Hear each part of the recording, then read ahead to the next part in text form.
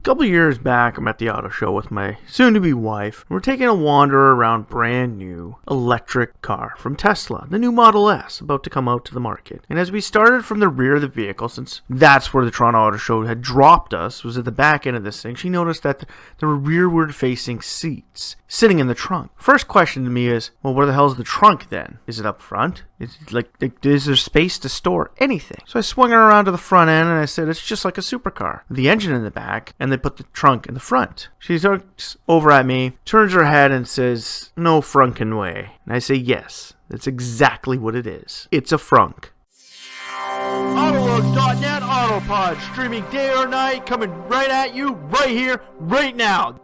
Welcome back to AutoLooks Autopod. I am your host, the doctor to the car industry, Mr. Everett J himself. And this week, we're going to be taking a look at what electric and alternative fuel vehicles are going to be changing the way we store and move products within our own vehicles. Keep following our feeds via Twitter, LinkedIn, YouTube. Yes, we're on YouTube. Podbeam, Spotify, Pinterest, iTunes, the new Google Play, and over at www.autolooks.net if you're looking for our podcast or automotive reviews and the most extensive list of corporate websites out there. Then stop by www.autolooks.net and take a gander at what our past, present, and future may have in store for the automotive industry. Today we are taking a look at storage space in the alternative fuel market. Yes, storage space within the alternative fuel market is changing the way we see cars. As supercars did way back into the 50s and early 60s when they started putting the engines in the back and opening up the front. Volkswagen did that with the car Kia. It had a trunk in the front, it had a trunk in the back. Because the engine was so small, it created more storage space. Without having that big block V8 taking up all the space within the vehicle and only having the small 4-cylinder motor, they managed to clear up tons and tons of space within the vehicle, which added to the greatness of the product. It created more storage space. The microbus did this too, where the engine was jammed in the back and they were able to clear up so much space within the vehicle. They utilized as much as they could, only because they had a small engine.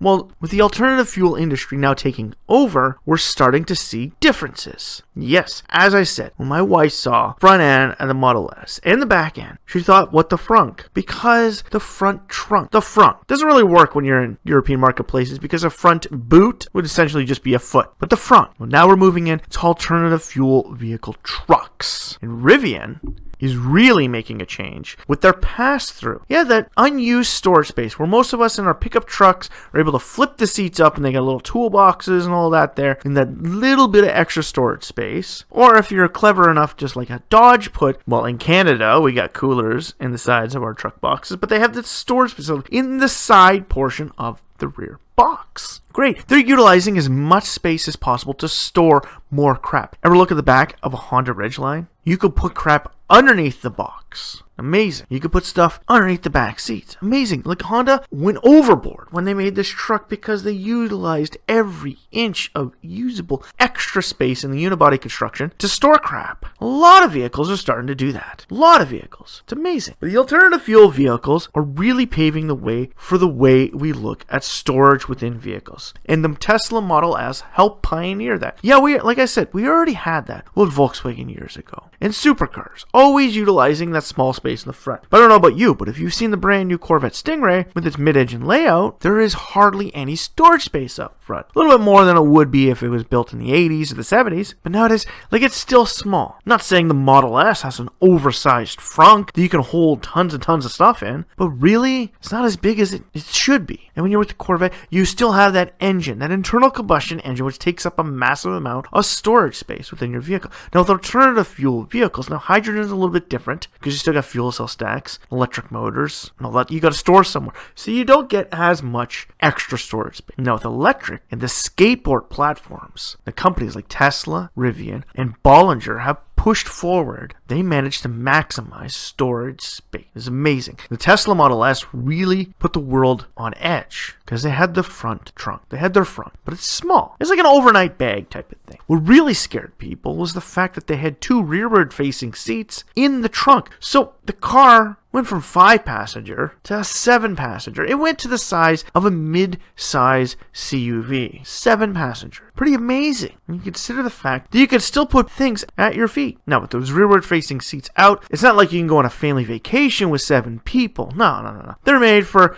you got to pick up the kids from, hockey, baseball, football. You got to store a little bit of crap in the back. Okay, you're taking them out for ice cream. Dad or somebody else is throwing stuff in their vehicle to get all the equipment home. You just need to get the kids off to, let's say Pizza Hut or Dairy Queen to get them their ice cream, their pizza, their chicken, whatever they're going to be taking them out for. You got to get them there. Well, you can fit 7 people in your Model S. Amazing. Moving into the next step, we get 2 truck companies now. So you got Bollinger with their horribly bland, boxy designs, but that bland, boxy design maximizes storage space because they're so simple and they're B1 pickup trucks and SUVs. You could store everything. It doesn't just have a front. If you take a look at this damn thing, it has a pass-through. The last vehicle that had a pass-through like that was the Chevrolet Avalanche, where you dropped the back wall. You took the wall down and the window down, and you could store your 8-foot piece of plywood drywall into the back. They only did that because they needed more storage space due to the fact that the truck had a short box. Well, Bollinger does this with a complete pass-through from the frunk, all the way through into the box. They have what's called the pass-through. Now you could store things up to 12 feet. Essentially the length of the truck. You could store product. Now, how does that help you out? How many people who didn't have a roof rack, who don't have a trailer, go to do some lumber work and it'd be so much easier if I could just get a 12-foot sheet of drywall, or if I could just get a 12-foot 2x4, but I can't, because I can't fit it. I got an 8-foot box, but the thing's going to be kicking out 4 feet. That's way too much. I'm going to ticket. Well, Bollinger did it. And considering the fact that their seats only sit on a pipe layout, allows you to store even more product because it is so simple. And you can actually self-adjust the seats. It makes it amazing for storage. Now, I get it. The damn thing is essentially just a box on wheels. Boring, bland, but it's all there for storage. And that's what this podcast is about. It's about storage. It's about maximizing your storage space with alternative fuel vehicles. Tesla had rearward seats. Bollinger had flow-throughs. What does Rivian have? Rivian doesn't have the flow-through. They want to go after standard pickup trucks. But if you take a look at their front frunk, you can literally take a nap in the damn thing. Carpeted floor, nice lighting, power ports, like damn front frunk of a Rivian pickup truck is there just to relax in. Go out to the bush, pop the top, take a nap in the damn thing. Sit in there, take a nap. Don't close the hood. Now, like with everyone else, they will have trunk releases so you can't actually get stuck in it. But if you take a look just below on our website, you'll see images of their front trunk. And it's amazing. Let's hope this layout makes it to production form. Now you get into Tesla Model 3, getting smaller, but the frunk is still there. Not as nice as Rivian's. And you start moving into their pass-throughs. It's amazing. Now, Rivian didn't do a pass-through. No. But underneath the back, like a lot of companies, they have tons of storage space. Now, I've seen their designs, and I still ask myself the question is, where is your spare tire? You still need a spare tire, full-size spare for a pickup truck, because when you're out in the bush, you can't ride out of there on a donut. And like Honda, they've utilized all of the space within the floor. That's great. It's not great for fully capable off-road abilities because you want to jack this thing up, go way out, mud bogging with it. You got a little bit of extra storage space dropping down below it, but it still maximizes it. No, what they did is they have what's called the pass-through. Now, in their concepts, they had light in there. I don't know if the light's going to make it to production form. It'd be great if it did, but you got to remember, these are little things that they stick in there to overemphasize the concept. Now, the pass-through is like we said. When you get a standard pickup truck today, you flip your back seats up, and a lot of times you have a little bit of storage space. You could put tools. If you're a contractor, it has a little built-in plastic toolbox. Just storage area to throw your junk and your crap that you keep with you. Hell, if you got kids, it's a place to store some toys. It's a place to store, like I said, just random junk. But that's underneath you. So when you're sitting in it, and your kid's child seat is bolted into the damn thing, try and get in there. You can't. Rivian solved this problem with the pickup truck industry. They have the pass-through so long, it goes the full length of the truck. It's got a door on either side that drops down. Now, this door makes it long enough that you can store your golf clubs. like I said, long enough and big enough for golf clubs. You can throw your golf clubs in there. You don't have to throw them in the back of the truck. Now, this is perfect because the one thing my wife always tells me is we can't get a truck unless it has a tonneau cover on it. Gotta have a hard tonneau cover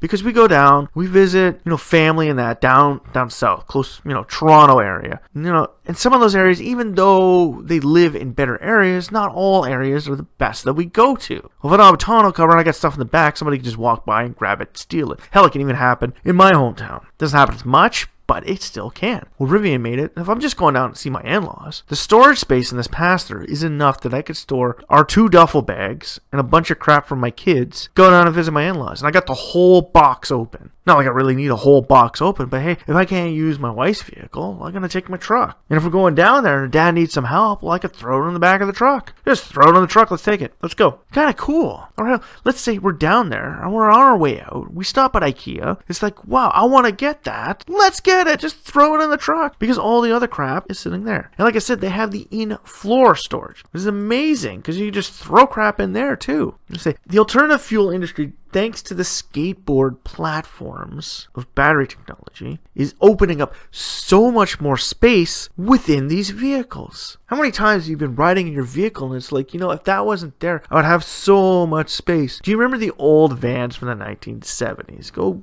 take a look at them. They had engines in the front. And then their transmissions came out into the center console of the interior. Why? Because there wasn't enough space to jam everything in there, especially for rear-wheel drive. You can't flip the engine sideways. You gotta put it. So it came into the vehicle. You lost that storage space, which means you can't have a central seat. And trucks are one of the only remaining vehicles on the market that have front seats that allow 3 people to sit across in the front. With electric vehicles and ride-hailing services coming out, you're going to have to maximize your amount of space. That's where those pod vehicles come to play. And if you've ever noticed and taken a look at some of the pods that people are developing for the market, you could store a lot in there. Like I said, we did a little podcast on Canoe. I'll just canoe there with the alternative vehicle. Now, would you look at that thing? It is essentially just a rounded off brick, but the dash is pushed right up against the windshield. Your seats are closer, which means you have a massive back area that maximizes. The only thing that doesn't maximize space in the back is the structure of the vehicle. But you need that. You need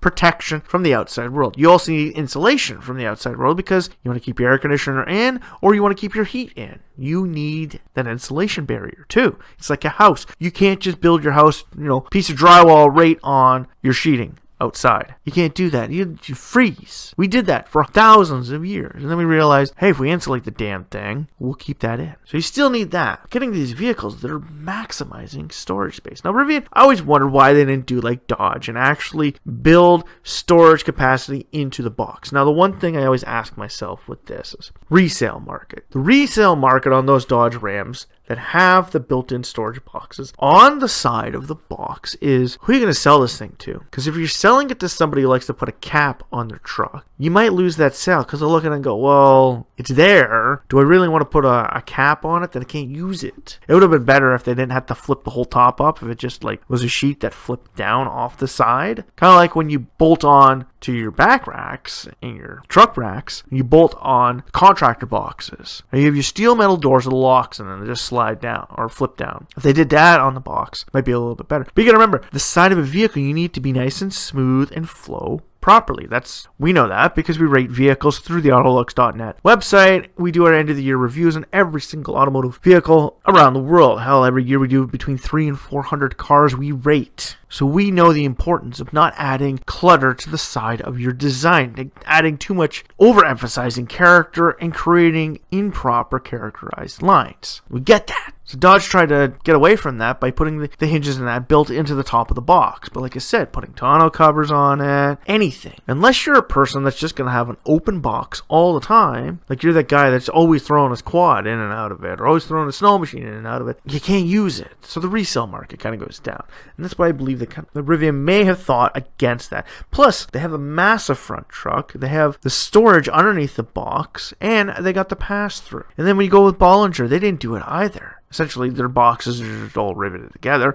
They maximize everything. Now, the thing doesn't have a transmission, so you don't even need a stick in the center. That's how you get a full pass-through. And then Tesla? Well, Tesla's still built as a standard car, but they still maximize every usable space that they have within it. Like, who the hell would think to put rearward-facing seats in the back of a vehicle? Except for Subaru, who's trying to bypass the chicken tax back in the late 70s and early 80s when they bought the Brat here. Yeah, 2 rearward-facing seats, classified it as an automobile. They bypassed the chicken tax with a little truck. Kind of neat. Now, Tesla's not doing this because it's not a truck. They're not trying to bypass the chicken tax by putting rearward-facing seats in it. They're just utilizing extra space. And when you consider that the whole back drops right down, and the kids still have a place to put their feet, amazing. So really, when we take a look at trunk space, at storage space within vehicles, the alternative fuel vehicle industry is going to change how we store and move products within our vehicles. It's amazing. It's mind-boggling how much extra space you can get when you take out that internal combustion engine underneath the hood of your vehicle and free up space. When your power supply only rides on a 12-inch piece right below you, you don't have to worry about what's going on top. Hell, you can put a cube on top, you can put a blob on top, you can put a teardrop on top, you can put a wedge on top. Whatever you do, you can maximize what is within it. And it's going to open up the world to designers, like mind-boggling what they can do with the interiors of vehicles. Because up until this day, they always had to worry about where things have to fit. Now we have to put a dash in, and we got to put our airbags in the dash, and we got to have the full transfer case come through, we got to have all our shifters. Oh man,